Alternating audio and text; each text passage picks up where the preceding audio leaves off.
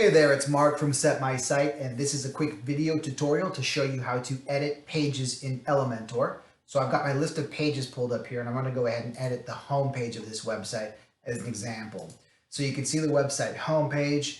It's got a couple of different sections. The great thing about Elementor is that it's a visual builder, which allows you to build basically as if you're looking at the website homepage. So what will happen is once you click on the page that you want to edit, it'll take you to the traditional WordPress backend. What you want to do is click on the button that says Edit with Elementor. So click on that button. All right, once the page loads, it should look something like this with your Elementor elements over here to the left and then your front end over here to the right. And so you can see as I hover over any section on my homepage, I actually get these blue outlines that appear over here. And that just shows you the section or the block that I'll be editing. And in order to edit it, all I have to do actually is click on it. So let me just use this text block here as an example. So I'll click on that text block, and then you'll notice over here on the left, all of a sudden this pane, this flyout pane, turns into a text editor. And it gives you lots of different options. So you can see all the options here, caps and columns and all sorts of things here. And this just really allows me to go in here and make modifications to my text.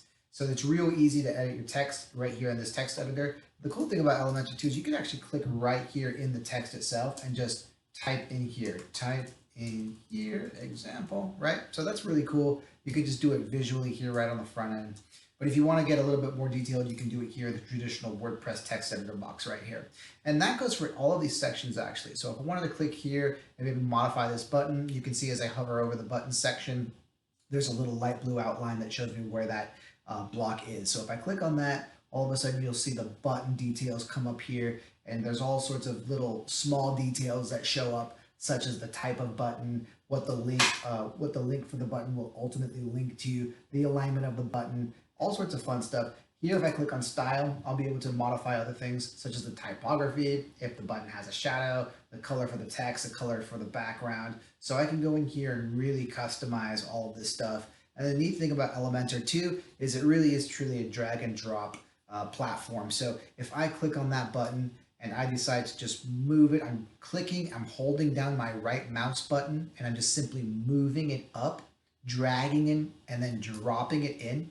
Look, I've just changed the place of that button just by clicking on it and dragging it up. So it's real easy. It's all visually based, and it makes editing and modifying the front end of your website such a breeze. And again, you can do that for any of these sections here. Some sections require a little bit more detail. So for example, this one here, this is a mini blog. So if you click on this section, so it'll say query and it'll say source posts. This just means what is the information coming from? Well, it's coming from your blog posts. And you can go in here and you can kind of further customize how many do you want to show. You can click on this button as well, and you can actually change the number of columns depending on the device that you're using. So I'm going to go tablet here, and I'm going to mobile here, and it'll show me what it looks like on each of these device types. So you really do have tons of flexibility when you're editing in Elementor, and everything is quite intuitive. And when you are finished making your modifications, what you really want to do here is make sure you click update, because that's going to publish your changes live to the web. Make sure you click that update button if you want those changes to be published.